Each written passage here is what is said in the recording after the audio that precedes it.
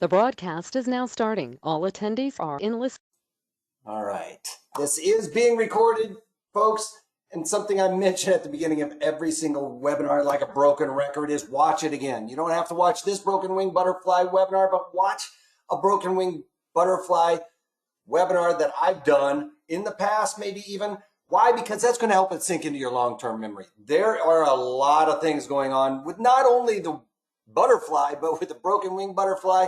There's some concepts in there that may take you a couple of times to really get a hold of. And please, throughout this webinar, feel free to ask questions over there in the questions box. I'm going to try and make sure everybody is clear concept before we move on, all right? So make sure you reach out if you have any questions whatsoever. Most likely somebody else is going to have that same question.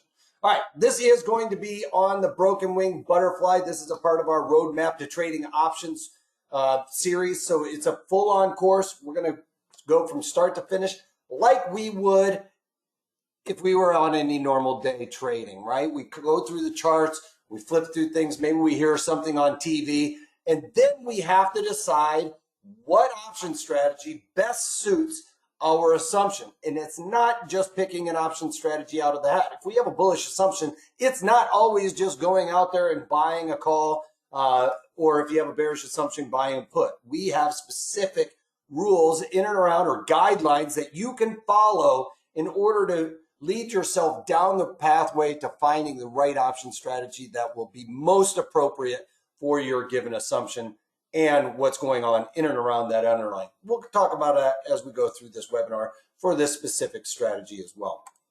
All right, so let me get a couple of things out of the way really quick. My name is Eric Wilkinson, and you very well may recognize me from mainstream media, where I've talked about the economic data, geopolitical environment, how that impacts the markets with my market analysis.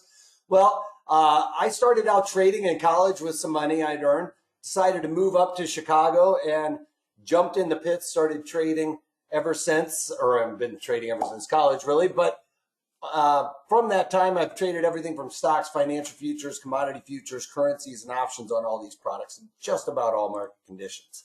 All right, so broken wing put butterfly, something we're going to be working on here, but take this, set it on the shelf for a moment, because we don't go into a day where we have an option strategy that we've been thinking about all night and saying, God, I got to implement that strategy. I just love it so much. No, what we want to do is come up with our assumptions first, then find the most appropriate strategy for that given assumption. So a couple of things we're going to talk about today during this webinar is, once we've come up with our directional assumption, so first thing we always do is come up with our directional assumption, right? Then what we want to do is look at, when we're talking about the destination, this is really talking about XYZ, or the stock. Is it option tradable? All right, so that's the first question we're really going to be asking ourselves. Is that stock option tradable? Probably able. I'm not going to be able to fit it on there. The environment, we need to know what specific environment. How doing, Trevor? What specific environment is going to be in and around this underlying, because that is ultimately what is going to determine what kind of strategy we're leaning towards, is that environment around that underlying. And then the obviously the directionality is going to, our directional assumptions really going to determine most of our strategy. But, this environment would be something that would deter, if we had a bullish assumption, would be, okay, are we doing long calls or short puts, or a short put spread or something like that, right? To get that same directional assumption.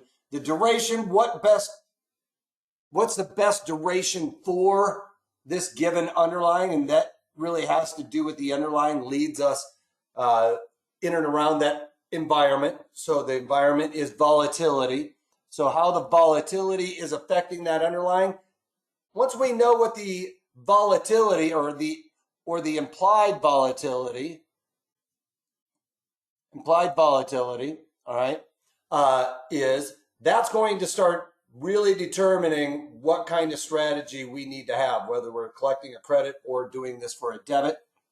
And finally, I'm going to talk about specific strike locations. I'm not going to throw you guys to the wolves and just say, hey, this is kind of how you do it and willy-nilly. We're going to specifically talk about the best strike locations for any given options strategy. But in this webinar, we'll specifically be talking about the broken wing put butterfly. All right, but let's get a couple of things out of the way. When we go on a road trip, we need to understand what our road map is telling us. And in that, we have to look down to that key. Well, our key for this specific area is going to be in options. All right, so we're going to be flipping over the option montage, and that's basically where all of the strikes are for this given underlying are located. And then we need to know how the Greeks are going to be really impacting our strategy. So we need to know exactly what's going on in and around those internals or those Greeks. Yes. I hope a lot of you guys aren't like turning yourselves off right now. I'm going to try and make it very easy for you guys to remember how these options are affected by the different Greeks. Okay, so delta is data. And first off, what we're going to be talking about is how delta affects our premium as this underlying moves up and down, like the charts, right? It goes up in price, goes down in price. What does delta do over there in the option montage to our pricing? And I know a lot of you guys have been watching several of these webinars and you probably have this down pat. So anyway, we're looking at XYZ. We can see it's trading right around 148.34. Let's just say it's right in between there. So we'll just say 148.35 or something. So anyway, what we're talking about is when this underlying goes up by $1, because the delta, the definition of delta is the effect of the option premium in relation to what the underlying is doing, right? So what that really is saying for a first dollar move, when this underlying goes from 148.34 to 149.34, then we need to look down here to the option montage and see how delta specifically is affecting our premiums. Well, let's just take a look at the 150 strikes. All right. And we could see that if this underlying went up by $1, then we would see 45 cents go into these corresponding premiums. All right. So we would see this go up to 405 on the bid, and the offer would be 420. All right. So both the bid and the offer, in a sense, have increased by that corresponding delta, 45 cents. Note, though, over here on the put side, we will see that delta is negative. So if the underlying moves higher, right, and all of these Greeks are the assumption of moving forward, moving higher, moving out, all right? So anything, it's an advancement, if you will, for a correlation to think about. We're not going back in time. We're not moving down on the strikes or moving down in the underlying. The assumption is you're moving higher. So in that, if the underlying went higher by $1, these premiums would then lose 38 cents. You can see there's a negative on all of these deltas, so that as the underlying moves higher, premium comes out of the puts. Now, if the underlying goes down, we have a negative move plus a negative delta, then that would mean that would be adding into the puts. And on the flip side, if we had a negative move, that would make these deltas negative, okay? Pretty simple for delta, right? Anybody confused so far? On the first dollar move, 148, we could assume that our premiums would increase by the exact corresponding delta. And that's an exact $1 move. I'm trying to narrow it down to be very specific. All right, gamma. Gamma just goes with delta. Think about gamma just goes with delta. And we talked about this being dollar number one. Now we're talking about dollar number two. So on the second dollar, gamma goes into delta and it's going to affect our premium. So now we're at 150.34, right? So we take that. So now I talked about gamma going with delta. So that second dollar move, we would be talking about 48 cents, right? 3 plus 45 is 48. And that would then go into these premiums. And we would be looking at $4.53 and then $4.68. Okay, see how that works? And on the flip side, if we had gone up by $2, that second dollar move higher, negative 38 plus a positive 3 means 35 cents. So that second dollar move higher, then those premiums would only go down by the 35 cents. All right. On the flip side, think about it if it's negative, right? If we went down on that first dollar went down by $1, we would have seen a negative plus a negative makes that a positive. So it would have been 38 cents going in there. The second dollar move down, it would increase by, those premiums would then increase by 41 cents, right? Because then the gamma goes into delta and adds up to 41, okay? On the flip side, if it had gone up by $2, it'd only lose 35 cents on the second dollar move higher, okay? All right, so gamma goes with delta. Now, theta is the thief. All right, theta is the thief in the night that comes and steals our premium. The closer to expiration, this thief gets really aggressive. Further out in time, he's kind of just picking pennies out, right? Trying to make sure you don't notice them. But right at the end, doesn't care. It's coming in and just grabbing fistfuls of change out of your pocket, all right? So theta is the thief in the night that comes and steals your premium. But theta is in correlation to your premiums. It's how they are going to erode. Now notice, even on the put side, we have a negative theta. Theta is always negative because you can't go back in time. Remember I said, as we advance, theta is going to erode away. We can't go back in time. So theta is always negative to options. It will always make those premiums go down, all right? Also, theta is more impactful on the at the money options than if we look down here, we can see that theta is more aggressive at the money than further away out of the money, right? Oops, sorry, I went to Vega is much more aggressive on those at the money options than further away. And it's also more aggressive inside of 35 days to expiration. So all of these are starting to, every one of these, the closer we get to expiration, theta becomes bigger and bigger every single day, more impactful. Way out in time, it's just non-existent. 100 days out, theta might only be like around 3 cents, okay? So much less aggressive, further out, longer duration, all right?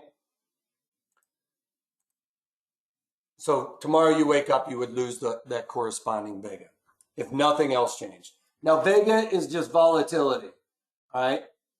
So I'm just going to write vol. So Vega is the measure of change in volatility.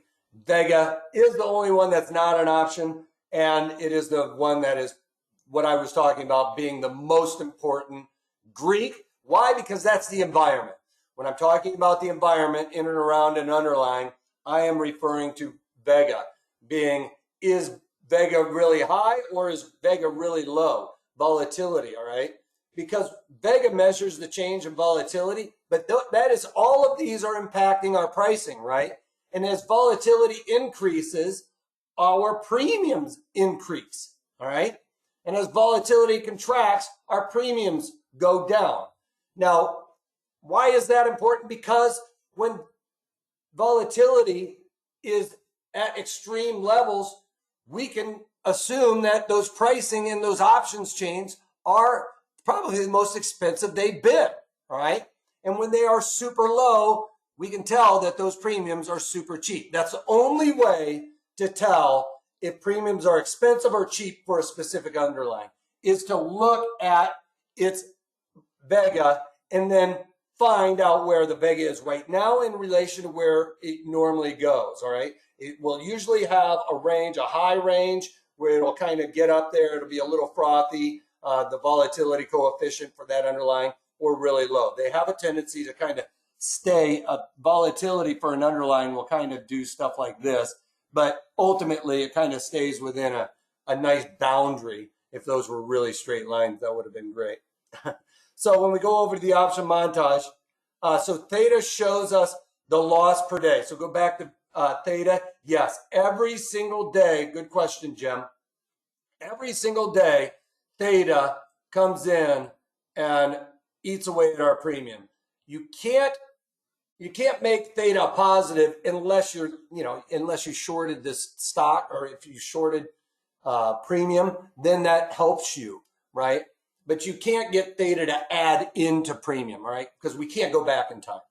Every single day, it is going to erode those premiums, right? And the closer you to get to expiration, it's going to be much more aggressive. And I'll show more and more examples of this as we go along. So volatility, back to volatility here, we're talking about vega, right? And vega really is implied volatility, all right? Implied vol. All right, we'll talk more and more about implied volatility as we go along. But right now, let's just know that vega is always positive, because I talked about this, it's an advancement. So as volatility goes up, all of the premiums across the board go up. Now, in relation to their vega coefficient. So on the put side, if volatility for this specific month went up by 1 percentage point, all right, it's always talking about 1 percentage point moves. And it will move in multiple percentage points, all right? So there we go. It moves up by 1 percentage point, let's say. Now we would see if all else remained the same, the underlying didn't change, we didn't lose a day, just, like that, volatility uptick by 1 percentage point, we would see 18 cents go into this premium, and we would see 19 cents go into these premiums, all right? And now volatility usually moves in multiple increments, not just usually one tick at a time. It usually will start ratcheting up or ratcheting down relatively quickly. But you can see how volatility goes into the premiums, right? As volatility goes up. If volatility went down, a negative move in volatility means that those vega coefficients become negative to our premiums. So they would start subtracting out. But I also want you to know that right here, these at the monies, okay? Just like we talked about with theta, the at the monies are affected more, are affected more than the out of the monies. These at the monies are going to be affected by vega more so than the out of the monies as well. You can see that it's only a penny deep out of the money or well into the money. These are all messed up because the pricing is all messed up. But you can see that the further away or deeper in the money you go, volatility affects those premiums slightly less than those at the monies. Now, this is really important for you folks, because we are going to be talking about these at the monies versus some of these out of the monies with this strategy. So we need to know when we're setting up this strategy how all of these coefficients are going to be affecting our premiums. Why? Because understanding that will help you understand what's going on with your strategy while you're trading it, all right? You'll understand that when volatility goes down with this specific underlying, if our volatility coefficient starts going down, that will help us, all right? So therefore, if volatility going down will help us, think, all right, well, if I want volatility to help me and it needs to go down to really be effective quickly for me, well, you probably want higher volatility, right? I mean, just thinking about breaking it down, if I want to take advantage of volatility going down, which we will with this strategy, then I want pretty high volatility to start out with, all right? All right, so where are we going? Really, this is just our directional assumption. What I want you guys, with coming into this strategy, what we do is we're looking at this underlying X, Y, Z, whatever it is, and we come up with a directional assumption. With this strategy, the idea is I come in with an assumption that it's market neutral. Very similar to what we've been talking about with the butterflies, okay? But remember, with the butterflies, we wanted to nail that number, and we were pretty solid that it was going to stay within a tight range for the most part. But now we want to eliminate any risk to the upside, all right? I want no risk. I want no risk to the upside, all right? I'm not worried about the downside. So, you know what? If you went into this assumption, all right, well, I've got this XYZ, I've got a neutral assumption. I think it's going to stay right here. There's no way it's probably going to go down. But, you know, I am a little worried about maybe news coming out and this thing really popping. So I think it's going to stay right here, trade sideways for the foreseeable future. But I'm a little worried about the upside, okay? And that would be if you had a market assumption like that, that's what's going to start leaning you towards this short put butterfly. Why? Because you capitalize on a neutral assumption, you will make the most bang for your buck, but there is no risk to the upside with a broken wing put butterfly, okay? All right. Looks like everybody's got it right now. So ultimately, you know, it would be looking like, okay, you know, we're looking at the 80 strike. And we want to head sideways on our road trip. We're worried about possibly the kids wanting to go north or something like that and maybe drive through the north to get up there, right? So if we decide to go north, maybe there's road construction or something and we take a detour, we're probably going to move to the upside. We would at least be leaning that. We know this is the old southern corridor is out of the question. So all we're worried about is the market either moving sideways is what we're thinking about, but we are concerned about an upward move in the underlying. So we want to erase that possibility. All right. That's our directional assumption. So we've gone through the charts. We've come up with this directional assumption, however you come up with it. Maybe you heard something on TV or you read something or you got an indicator that's saying, you know, nothing, it's going to go nowhere or whatever. All of those things, we've come up with our directional assumption with XYZ. Now we have to determine whether or not XYZ is a good destination. I mean, is there, you know, are we going to go to this little, you know, one horse town? That actually probably wouldn't be very fun. That looks like it might be in the middle of a cornfield. There's not a lot going on in the middle of the cornfield, and I guess unless the children in the corner there. But ultimately, we want to go somewhere where there is a lot of open interest. There's a lot of things to do. There's a lot of eyeballs on it. Maybe not in COVID, but in options trading, we want to make sure there's a lot of eyeballs. So my analogy for this is, you know, like a stop sign kind of thing. We'll go over that in a minute. But ultimately, on a stock less than $100, we got a stock that's less than $100, right, in this one. So our option montage needs to be less than or equal to 10 cents, all right? So what I mean by that is we look at all of the options down here, and we can see on around 35 days to expiration is the rule here. You don't want to go, you know, 200 days out because there's not a lot of volume and open interest out there. We want to get in and check this rule where, you know, the kids are playing. And yes, you can flip over and look at the high-low volume, the volume and open interest, all of those things. You can see that there's good volume on any given day in Pfizer, especially right now. But ultimately, we want to just look at these options right outside of just out of the monies, if you will. And you can see that these are easily less than or equal to 10 cents wide from the bid offer. As a matter of fact, they are 1 cent wide to the bid offer. Very tight. You know, obviously Pfizer's in headline news right now, so it's not really crazy to think that there's a lot of people trading this. Well, you can see when there's a lot of people trading this type of stock, those bid offers get tight. Why? Because when there's free market price discovery going on in full swing, you guys, it's like people are trying to step over each other to get on the market. And ultimately what that does is create really tight markets. If there's nobody in there, but maybe one person as a market maker, those bid offers are going to be really wide. All right. So we want to stay away from that, especially with a multi-legged strategy. Trevor, I see your question. Give me a second. All right. So we want to avoid that.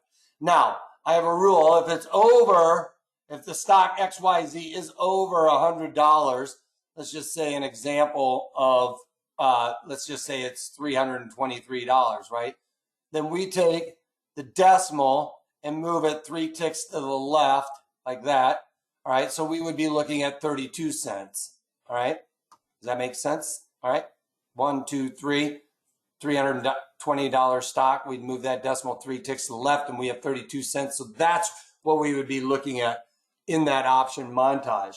Now, to go a little bit further for you, following along with that analogy of this roadmap, well, on a roadmap we have stoplights, right?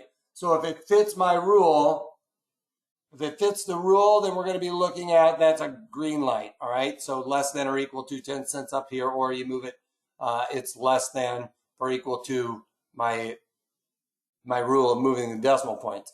If it's 2 times the rule, then we got to be looking at a yellow light. If we get too many yellow lights throughout this course of going through our guidelines, then we need to walk away. And if we get red lights, I would say, especially for newer options traders, find a different underlying to trade. There's better strategies for it. Do broken wing butterflies have any effect on your margin requirements in relation to the regular butterfly? Yes. Your margin requirements for a broken wing butterfly are going to be slightly higher than that of a regular butterfly. But keep in mind, this is still a defined risk strategy. Okay? It is a defined risk strategy. All right. People are buying more calls than puts. Would that influence your decision to buy a put fly? I don't really let any of those things really determine my directional assumption, if you will. And for Pfizer, if you're talking about like skew and stuff like that, the only reason, to be honest, the only reason why I'm using Pfizer as an example right now is because it's very difficult to find strategies that have high implied volatility, which is what we're going to be talking about with the environment, right? So right now, volatility is kind of low across the board. We've kind of gotten up to these lofty levels. Market's kind of trending sideways. There's volatility, really volatility across the board in any underlying is relatively low compared to what we've seen for the past 6-8 months, okay? But Pfizer has relatively high volatility, with some of the highest volatility that I could find that fit all these other rules of tight bid ask and all of those things. So Tesla has really high volatility. Yeah, but do they have earnings coming around the corner soon? I was trying to pick something that didn't really have volatility earnings in it also. So environment. When I'm talking about environment, low volatility is when it's sunny. There's no stress, right? Right now, it seems like sunny skies. There's not a whole lot of stress, despite the fact that, you know, the economy is a little bit sketchy and everything else. And when we think about high volatility, it's like you can't see very far, and you're white knuckling when you're driving. So ultimately, what we're trying to do here is look at this underline, and oh shoot, I forgot. I don't have a chart in here. I meant to throw my chart in there. Give me a second. Let me find a chart real quick. So what we want to do to determine volatility is look at this. Here's our implied volatility. And, you know, Banu mentioned Tesla being high volatility. Well, what is high volatility? What is high implied volatility? Is 39 or is 40 high volatility? Well, maybe, maybe not. We don't know unless we look at where this dot is right here, where 39 or 40 is in relation to where it's been in the past here, okay? So we can see that volatility is relatively high for what we've seen. You know, I'm going to take out this part. I'm going to take out this part here. Sorry, and this part here, because I don't think that we're going to see low volatility like we saw last year in 2019.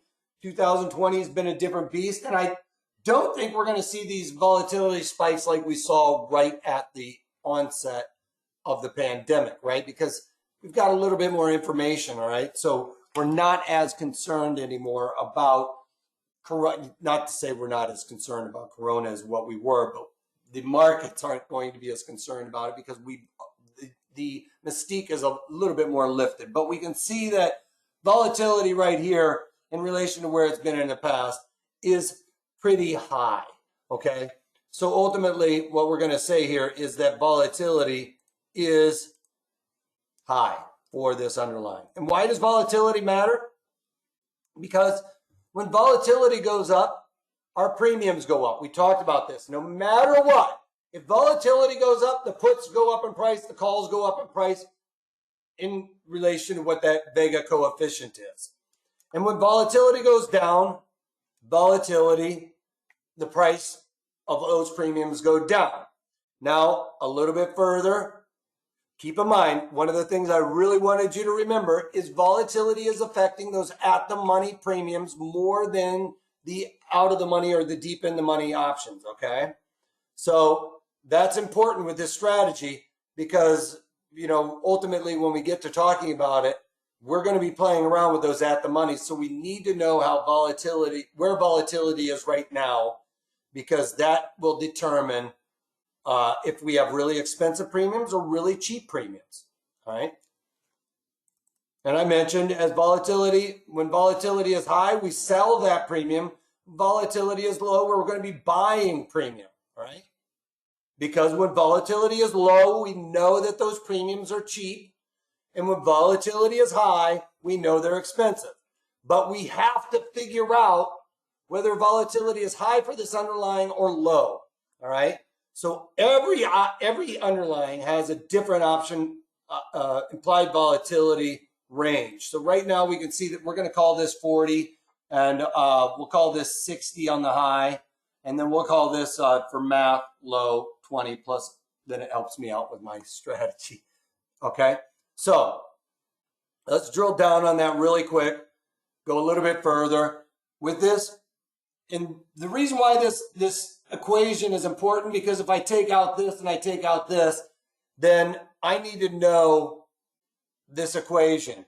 Yes, especially Thinkorswim will tell you what the implied volatility percent is, and that's exactly what we need to find out is IV percent, all right? And that's basically saying, where is the current implied volatility in relation to where it's been in the past? You can see, from here on out, we can see that it has a tendency, really, before Pfizer broke out of that, you can see that it wanted to stay within a relatively set range. Every once in a while, you will get breakouts, and we can't avoid them. But what we need to look at it as, we won't see Pfizer probably ever see the kind of volatility that, say, something like Tesla. Let's just pull up a chart of Tesla here, since Banu mentioned it has really high volatility. So as we can see here, volatility for Tesla is 89, right? Where's the low? Last year, the 52-week low in Tesla, and that includes last year, never got down to that 39 where our current is, all right? So a 39 or a 40 for Tesla would be extremely low volatility. So if Tesla's volatility got down to 40, we would say that Tesla's premiums are extremely cheap. But so we have to compare apples to apples here, right? Tesla's implied volatility is what we need to look at to see whether or not it's high or low. And Banu's probably right where, if we looked at this range of volatility for Tesla, it's relatively, in the higher quadrant, if you will. But we need to know how to come up with that number to discern where this underlying's current implied volatility is in relation to the underlying. So in the last chart, we said that was 60. I'm just going to call it 40, and I'm going to call this 20, all right? So what we need to do is take the current, and this is exactly what the script will do in your trading platform as well. Current minus the low, and you take that sum and divide it by the high, IV, minus the low IV, all right? So again, just to review, We're figuring out where the current is in relation to the high and the low. So we've got 40, right? Minus the low, which is 20. And then we divide that by the high, which is 60 minus 20. All right? So in that we would have 20 divided by 40 or 50%, right? Right? 50 percentile is what we would say. Now, for this, I always say anything that's greater than a 50 ID percent is high. That's high. Anything less than 50 is low. And that's for me. So that really determines, option strategies. If it's above 50, I'm thinking I need to collect a premium, sell options, sell high, buy low. And if the implied volatility is below an IV percent of 50, then I want to be buying it. The idea is you can see when volatility gets really low, it wants to migrate higher, and when it gets really high, it wants to migrate lower. So that's how you take advantage of implied volatility, okay? When it's really low, you're defaulting to paying for it because you're buying something really cheap, right? And when it's really high, you're selling premiums that are really expensive, right? Ultimately, what it does is it allows you to get further away from where the underlying's trading, okay? When volatility is really high, right? Which is what you want with this strategy. So with this being said, I'm going to say that implied volatility is high. Something else for if you are newer to options and you have a lower risk tolerance, you could say greater than a 70% is high or less than 30% would be low. Okay, so you could kind of say that as well. All right. Higher risk tolerance, or somebody that's played around with options before has a higher risk tolerance or wants to use this, you can use above 50 or below 50. Excuse me. All right, so I'm going to say we have high implied volatility. Yes, it's a bit of a coin toss with this strategy, but believe me, I struggled trying to find something as an example for this one today. Usually I can pretty much find something. All right, so now we have high volatility. I told you guys that we have high volatility, and when you have high volatility, what do you usually want to do? You want to sell premium. Well, if you are selling premium, and that's really the ultimate idea, well, how else can you take advantage of the Greeks if you're selling premium? Anybody? How else can you take advantage of the Greeks when volatility is high? And when volatility is high, I know I need to be thinking collect a credit or sell the options, sell that premium. Exactly. Theta. You want theta. You want theta to be high. All right. You want theta to be high. And where is theta highest? Closer to expiration. All right. So if you're selling it, remember, theta is the thief in the night. If I sell something, I want theta to be on my side, right? Theta is on your side when you sell premiums because those premiums tomorrow will be less, even if we don't go anywhere, which is ultimately what we want. We want to go sideways. We want to sell. We're collecting premium because we got that high volatility. I mean, we don't want to be buying premiums when it's extremely high because if nothing happens, all of a sudden volatility comes out. That would hurt us. We're thinking, okay, we got high volatility. I need to be thinking I sell this options. I need to sell options or ultimately collect a credit. Therefore, I want theta on my side. Okay? So the duration is going to be really close to expiration because when we're selling an option strategy or collecting a credit, which we're going to try to do with this strategy, otherwise we're not going to trade this strategy if we can't collect a credit.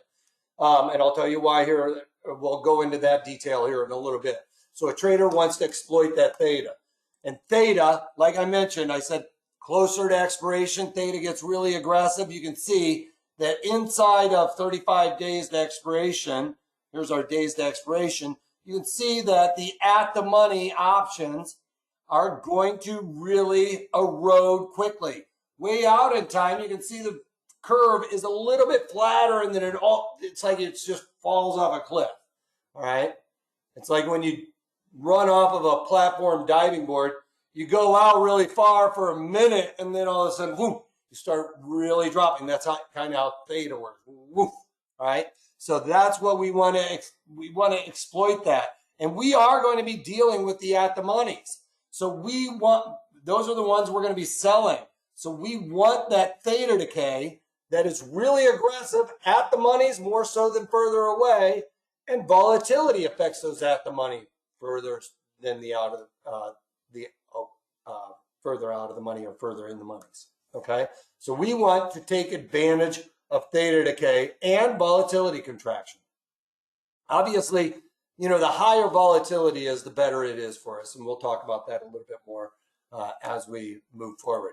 So what vehicle do we use? The broken wing butterfly. Why? Because we have a directional assumption that is sideways. We believe this underlying is going to go sideways for the foreseeable future, and we're worried about the reason why we're leaning towards broken wing butterfly. We have a neutral assumption, but we're worried about that upside.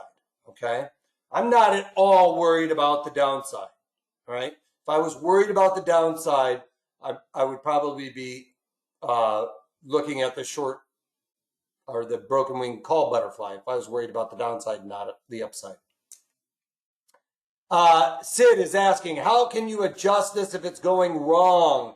Well, it's a defined risk strategy. And Sid, one of the things I say about defined risk strategies is kind of like, especially with something like this, defined risk strategies are very difficult to adjust because, especially with this one, because we're selling the at the monies and the out of the monies are the ones we're buying. So it's hard to adjust this strategy to make that downside better because it's hard to adjust these out of the monies. So really what I'm going to do is sit on it. All right. Because it's defined risk strategy, I'm going to know that I'm going to know my risks. And, if you're going to adjust with this strategy, really what that means is you're pulling the ripcord. If your directional assumption changes and you're worried about the downside all of a sudden, then just get out of the strategy. Okay. Take that small loss and get out. All right. So we're working on the butterfly. So what spots do we visit? Well, if you go online, they're just going to say, hey, sell the at the monies, or you're going to sell 2 puts and buy two further away wings, right? But this one is the out of the money is going to be the skip strike. And now what happens with this? What makes this different with this skip strike? It's an equal distance out. Now, normally and these are the deltas we're going to be shooting for, and it's not always the case, but it's pretty darn close. We're going to be, and if you're going to lean towards something at the money, or out of the money, you can kind of look at it. Okay, well, I would lean towards more out of the money rather than going into the money with these short strikes. Okay. So let's just take a look at this. I'm going to drill down on this really quickly. But difference between a traditional butterfly and a broken wing butterfly, you got to nail that number, right? Because on a traditional butterfly, we talked about it. If this is where the, profit and loss is, and that's above water, below water, traditional butterfly looks like that. All right. Relatively close, where, it's a 50-50 above and below, your profit, your loss.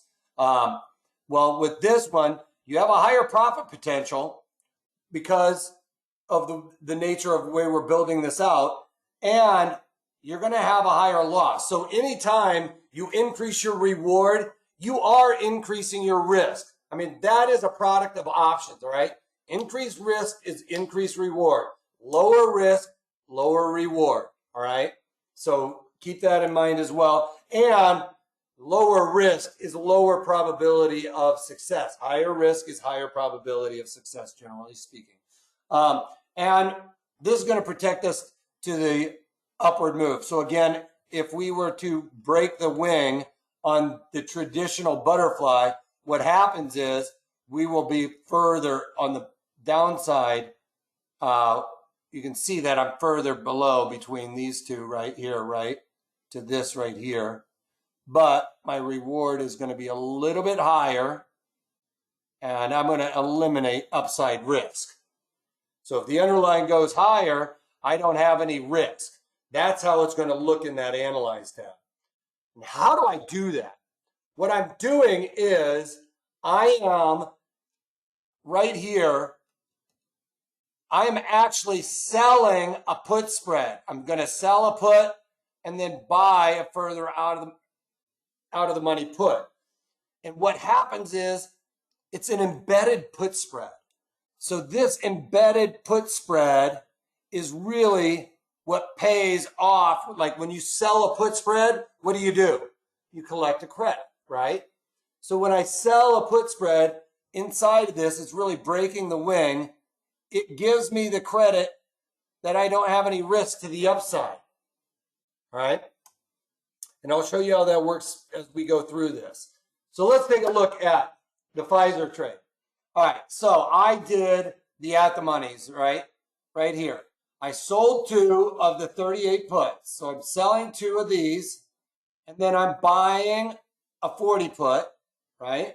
So I went $2 higher, $2 lower, and I'm buying the 36 put. That is a traditional regular butterfly, right? So if I were to go over to the option montage, we could see that I did it for a 45-cent debit, all right?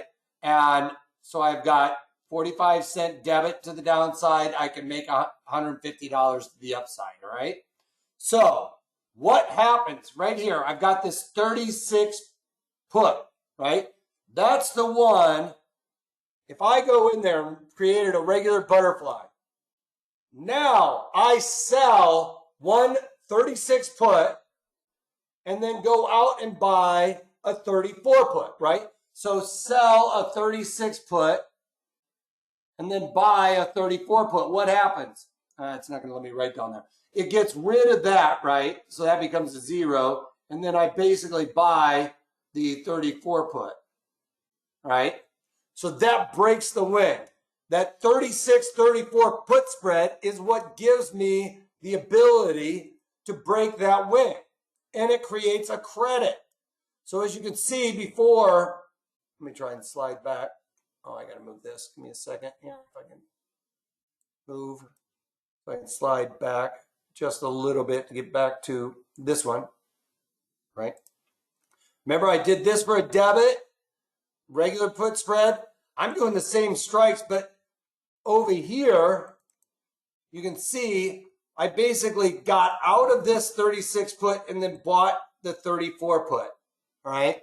So this is the short put spread that's embedded in this strategy, which is what breaks the wing.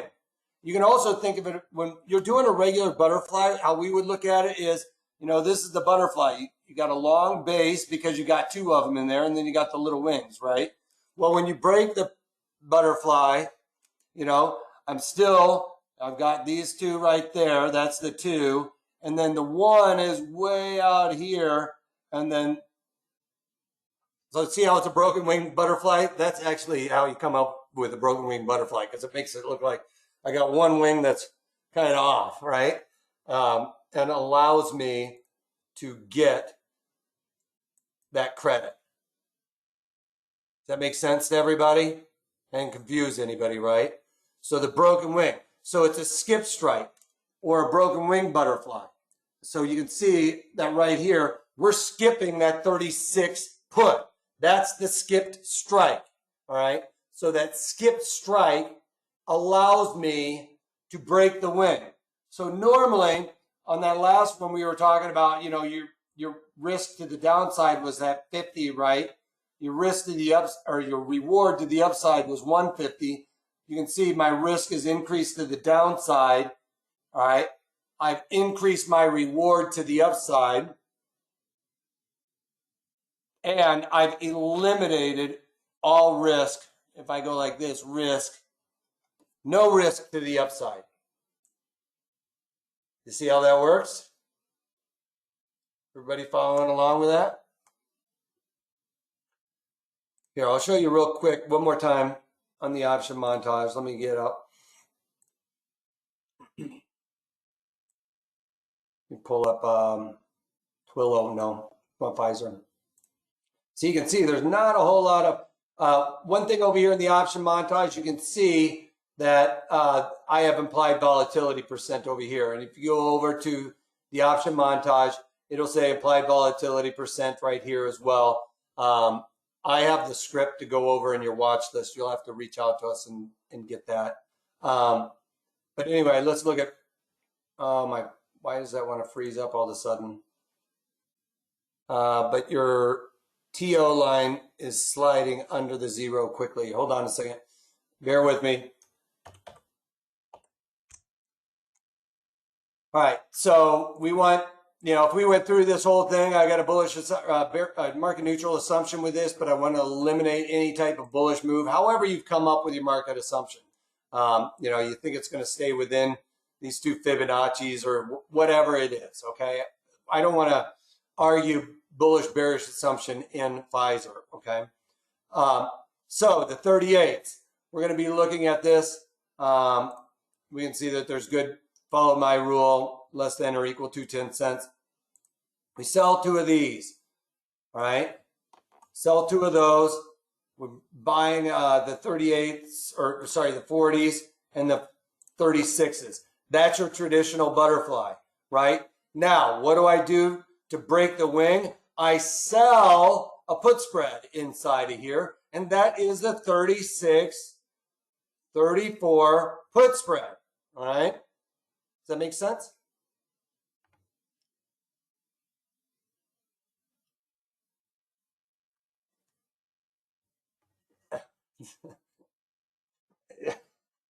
No, Rick, my wife doesn't. She won't go. I actually tried to teach my wife once. Rick's saying, does your wife really look at you like a distinguished tenured finance professor? No, my wife, I tried to teach her this because I was like going to bounce this stuff off of my wife to see, how it related, because it's clear in my head. I want to make sure it's clear in your head, and it doesn't necessarily. She was like, no, I have no desire.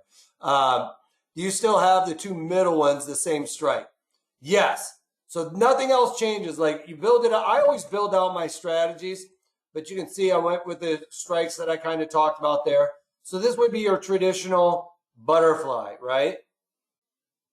All I'm doing is saying, all right, if I sell the 36-34 put spread in there, oh, it didn't let me do that, sorry. Sell the 238s, right? I'm buying the 36 and the 40. That's your traditional equal distance butterfly, okay? Now, if I want to break the wing because I want to get rid of the upside, I need to sell a put spread, and I'm going to sell the 36-34 put spread. So that's kind of where that embedded short put spread comes in there and allows this to be a credit. All right, so if I go over, let me get this down. It's going to show my other ones from taking the screenshots, but we'll do it anyway. So we collected a credit. Let's analyze the trade. And you can see that there is the broken wing. Okay. 36 is bought and sold, so it's not there. Exactly. The 36 is bought, right? And that creates the regular butterfly. So what happens is when you sell the put spread, you're getting rid of the 36 and buying the 34. Some people think of it better as, you're selling a put spread in there, and that's what finances the upside. But that's also what increases your risk to the downside there. Your wife, just show me the money. Yes, that's exactly right. Where is the handsome CBOE trader? Exactly. Where is that guy that used to have brown hair rather than white hair. That's what makes me distinguished, right, Rick? All right. So this is the broken wing put butterfly. We increase our risk to the downside because we aren't worried about it, but eliminates all upside risk there. And if it goes up there, you get to collect the credit. And obviously, if the higher the volatility is around this underlying, you guys, the higher the volatility around this underlying, why won't you change back? Did I freeze something here? Oh, because this is my regular platform. The higher volatility here, let me erase all of my writing here. If volatility is at its highest, these at the money premiums are going to be super inflated. And that the reason why we want really high premiums right here at the money, it will allow us to get our wings further away. So if volatility is low, our strategy might kind of look like that. But if volatility is really high, it's going to kind of look more like this, all right? Where it's a little bit more stretched out, okay? You can see that one's more narrow than this. Kind of, as volatility increases, what happens is if you can think about a bucket of volatility on top of there, starts squishing it out a little bit, all right? Pushes those wings further out, okay? I think you guys got this. All right, so obviously you guys got this because nobody's asking questions. Everybody's making fun of me. All right, so first thing you do, you come up with your directional assumption. I feel like it's going to be neutral, but I'm worried about that upside. I'm not worried about the bearishness in this strategy, all right? So, for instance, with Pfizer, I mean, I think it's all the news is out there. They've got their vaccine, right? Volatility is really high. I think volatility is going to come out of it. People are starting to get this vaccine. And I'm worried about the upside because it might be the best thing since sliced bread. So I'm not worried about the downside at all. If you're worried about the downside, don't probably do this strategy. Our destination is my rule of, less than $100 stock, right? We need less than or equal to 10 cents wide from the bid to the offer, all right? If it's greater than $100 stock, right, we do the decimal move 3 ticks to the left, all right? And then it needs to be less than or equal to that on the bid offer, right? Duration. If we have high volatility, that means premiums are really expensive. We want to take advantage of when premiums are expensive, we're leaning towards selling it. So we've got high IV here.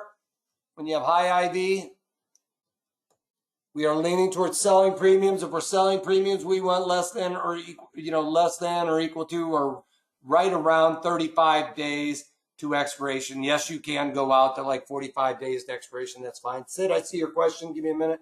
And you too, Banu, I see you. Oh, Rick just came in for a little bit to give me some flack, it looks like. He ends up watching the tape delay. But strikes, we've got that, right? We try and create this. So we do it for a credit, all right? Either no outlay of money or a credit, you guys. There's no reason. Never do a broken wing, put butterfly for a debit, all right? Just don't do it. Why? I'm increasing risk to the downside to eliminate the upside risk. Why would I increase downside risk and still have upside risk? It won't make sense. It just doesn't follow suit, all right? We want to avoid upside. If I was going to do this for a debit, then I would do the regular butterfly, all right? Because I would then still have risk in both directions. If I'm going to eliminate risk from one side, I need to be compensated for it. So I'm increasing risk to the downside. I need to be compensated for that on the upside and have that risk eliminated, okay? All right, so a couple questions I see coming across. If volatility stays high and the underlying doesn't move much, you keep the credit, but the underlying moves to the right. You keep the credit, but it moves to the left quickly. Take the loss and move, is my understanding. Okay, let me think about this. So if the underlying is moving sideways and volatility doesn't come out, we still have theta on our side. So that theta on our side is going to help us, right? Because we sold 2 of those at the monies. That's the big premium, right? That's the part of the premium that's going to decay the most, right? Because, you know, to get a little bit high, and Banu, I know that you have been a part of a few of these. Oh, actually, Sid asked this question. I missed yours, Banu. I'll get to it. But we're selling these, right? So the volatility there, if it stays the same, it's not going to negatively affect us. But theta is going to affect these premiums more so than this premium here and this premium here. And if I pull up the platform to our trade platform so I can see the delta and the vega. So you can see the at the monies right here. Theta is more than the ones out of the deeper in the money that we're going to be playing with. Actually, it's kind of affecting that one too. But ultimately, the out the monies are going to be affected more so than the out of the monies. This is probably more of a rounding up to -2. Is why those are looking like that. But you can see that theta is affecting this at the money option more so than these out of the money ones. All right. So theta will be on our side. It's going to be eroding those faster. And those are the ones we sold. So if we sell those and those start dwindling in value faster than the ones that we bought, then that helps this strategy out, right? Because the ones we bought are retaining value and the ones we sold are losing value. That means we sold high and bought low in that regard. Then if the regular butterfly is going against you, can you add another spread in your favor? You could. And, you know, I don't want to go into the details of that. You could, but I usually, again, because it's a defined risk strategy, will let it play out, all right? If you are starting to throw good money at that strategy, then it seems like, you know, you're worried about your directional moves, so I would just take the loss instead then. Sid, did I answer your question on the underlying? Do you close the butterfly before expiration, or do you have to worry about assignment? Great question, Gene. I'm going to talk about that here in a second. I close it well before expiration. I don't want to take this strategy in because you're right. I don't want to worry about assignment. I want to take my profits quickly. And on this one, I am going to be looking at getting out a 50% of max profit. So when we're looking at the Analyze tab, we can see here, and I'm going to go over the you know, max loss and all of that. But here you can see $200 is my max profit. I'm going to be looking to get out of it for a $100 winner or a $1 winner, right? Remember the options, we multiply it by 100. That's how we're coming up with this. So when this underlying, when I can get out of this for a $1 winner, that's where I'm going to look to get out of it, all right?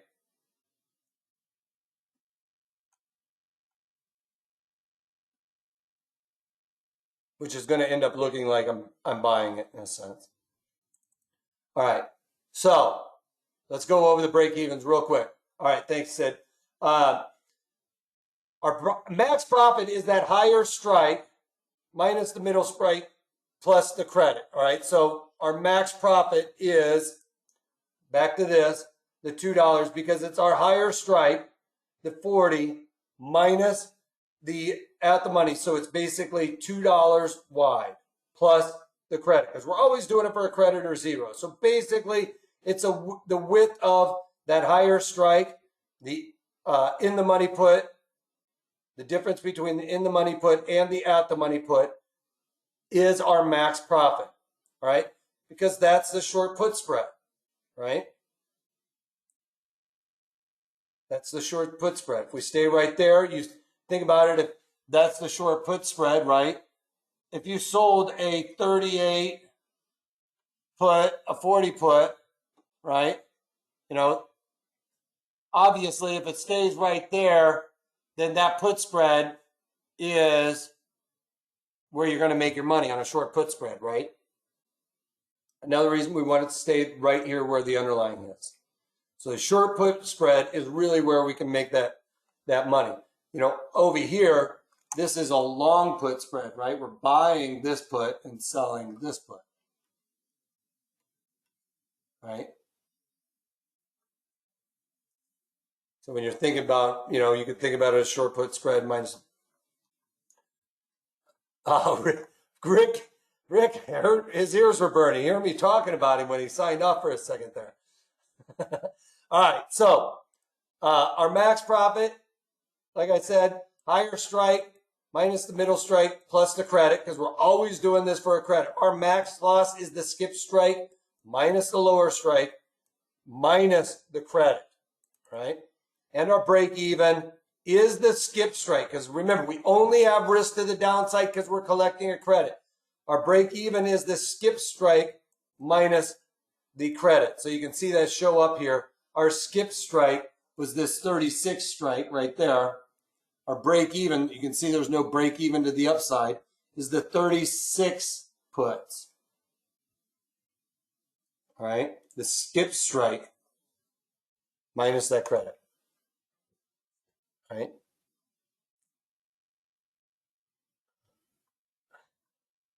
Ricky, I hope you see me laughing because you got me. All right.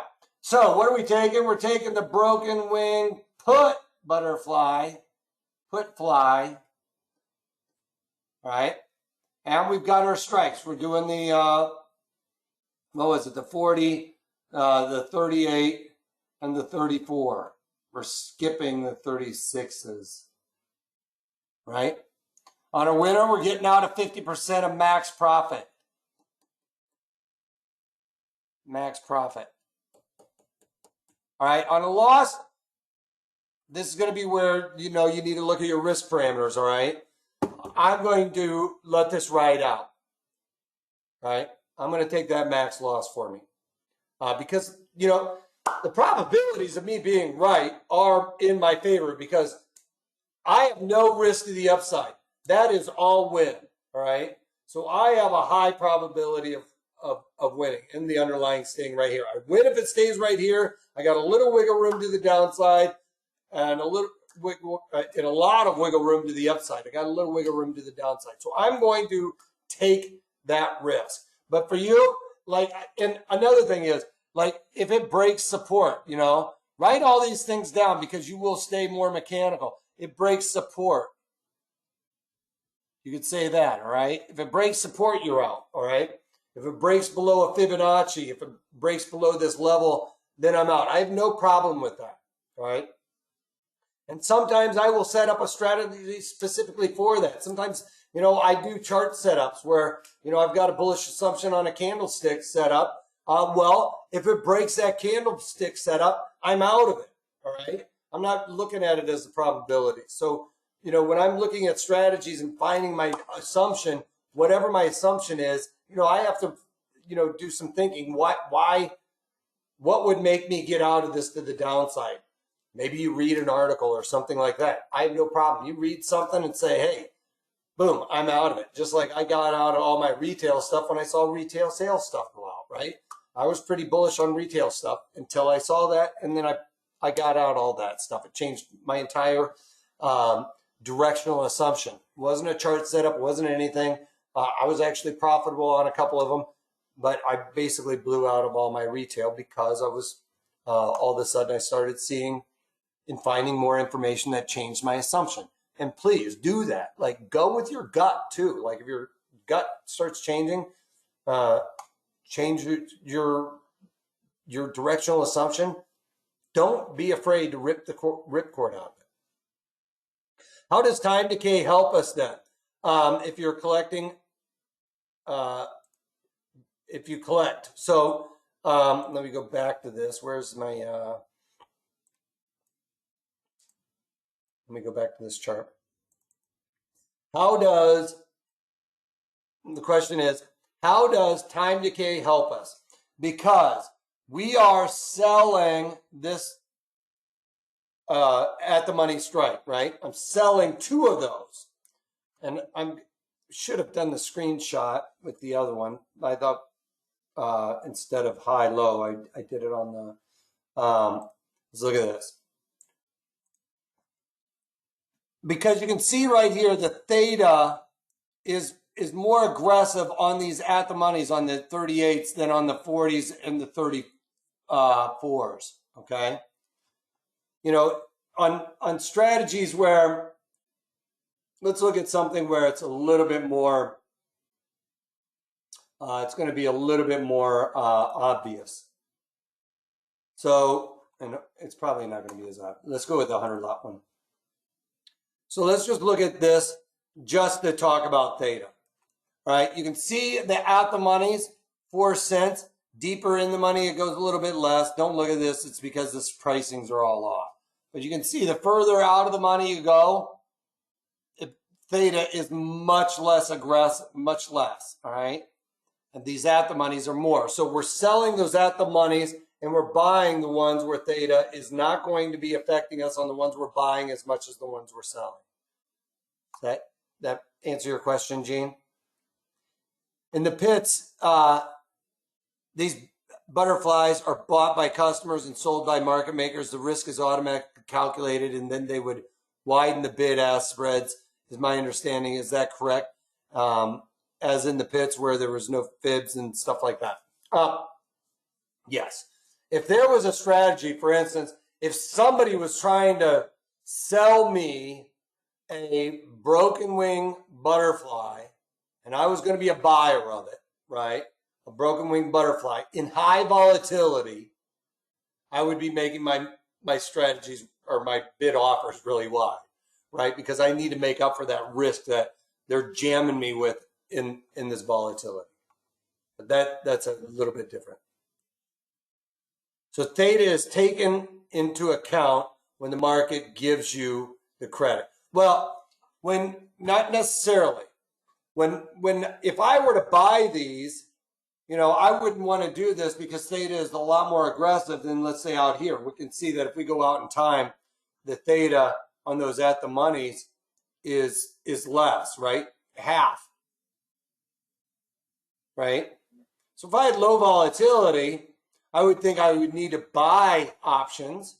And if I think I need to buy options, I think I need to go out further duration, right?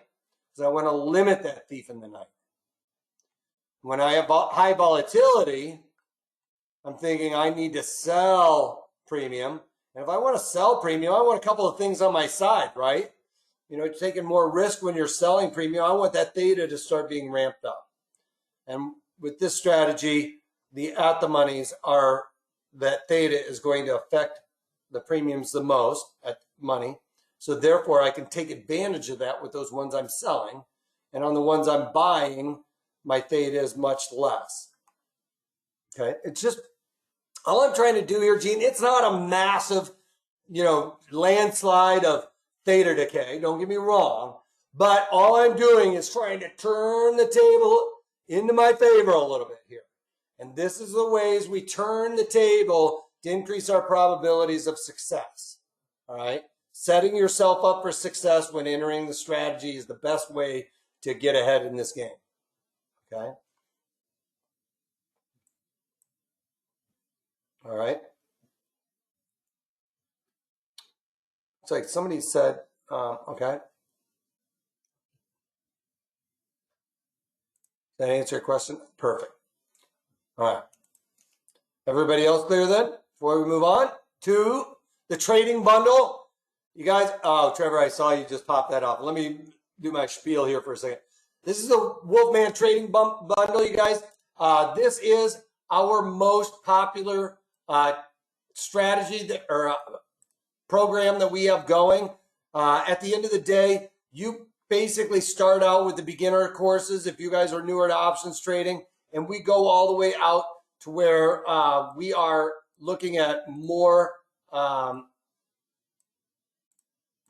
as a, here we go. Hold on. Sorry, you guys, for this. I don't have, it's not going to let me do this. Hold on. Bear with me. Why aren't you working for me? Working against me here. Give me 1 second here. Broken wing. Ugh. Where is it? Gotta try and get this link. Sorry, guys. Bear with me. Ask away on questions. Because I need a second to get this done. And it's hard for me to think and panic at the same time. Anyway, so this is my most popular courses. There's 4 separate courses, hundreds of hours of courses. And no, I'm going to actually, you know what? I'm going to make it a little bit better for you. And we're going to cut this price dramatically for Christmas. And basically, you guys are going to be able to get this strategy, all of these courses. There's 4 separate courses. Somebody give me a break. There we go. For $497, all right? And we're going to be getting my four most popular courses. On top of that, you guys are going to be able to start out as a beginner. I start out with these where we are starting out with like a beginner class here, a little bit out of order. Set your options, your screens up like I do, whether it's the charts, the option montage, everything. Also, I've got some ways to streamline your process and the most important, volatility and how to take advantage of it. That link is finally over there in the chat window. Please go ahead, somebody, and click on that and see if it pulls up the screen for you. I know I had to fumble through that, but the link, I believe, is in there. If you're watching on tape delay, you're going to have to pause this and punch this into your URL. But this is a great course. Keep in mind, you know, $4.97 in the option montage is what this is equivalent to. Yes, we have a option contract multiplier, but you know, you can think of it that way as well. But for less than $500, you guys get 4 courses, and inside of each of those courses, there's, you know, there's probably 50 hours of content here in this. Thank you very much. All right, appreciate it, guys. Thank you for checking on that for me. Take advantage of it, though, for Christmas. If you guys have any questions, comments, or anything else, please reach out to us at 310-598-6677 or trading@protraderstrategies.com. And please keep in mind, we are an educational company. Know your risks of trading options before getting involved in trading options, you guys. There are risks in trading options and or trading in general. You need to know your risks. Take a look at that. You guys, thank you very much. Thanks, Alexander. You guys have a Merry Christmas. Appreciate all the kind words. Everybody have happy holiday, happy Hanukkah, or whatever holiday you might be celebrating right now. All right, and or Christmas. All right, that's all I got for you. If you got your cameras up, if you can't take, oh, I missed. Ha, somebody asked if I ever missed. That was one, and I missed again. All right, if you can't take that, take it easy. I increased the difficulty there at the end. All right, bye for now.